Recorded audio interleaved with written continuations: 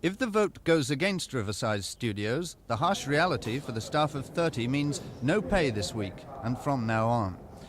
In January, it seemed their future was assured when a scheme to solve the studio's cash problems within a development of offices and houses on a site alongside was hailed as ingenious. Final plans were expected to get the go-ahead in October, when the developers would start releasing an inflation-proof subsidy, enough to replace the council's annual grant of £200,000 and getting the ratepayers off the hook. Meanwhile, the council have been advancing loans at about £20,000 a month. That is, until this month's payment was withheld. My reaction was a very emotional one, which is the first time one has openly expressed anger, because one has had to acknowledge that we're in a very negative situation, in many respects objectively negative.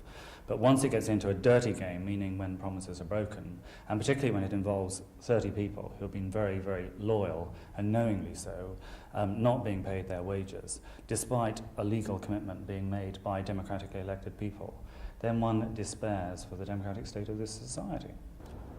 Since the May elections and the introduction of a Conservative-Liberal alliance in Hammersmith, with just 2 Liberals holding the key, the studios became the unwilling pawn in a political struggle.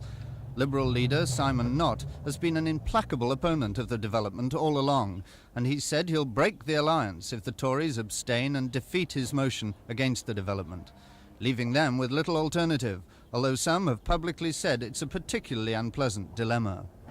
What's going to happen if the vote does go against you this evening?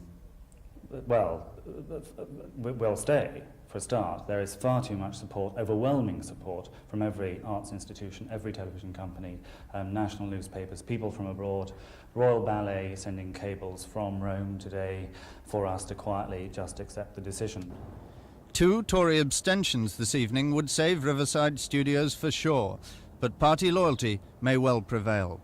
John Hinton, Thames News.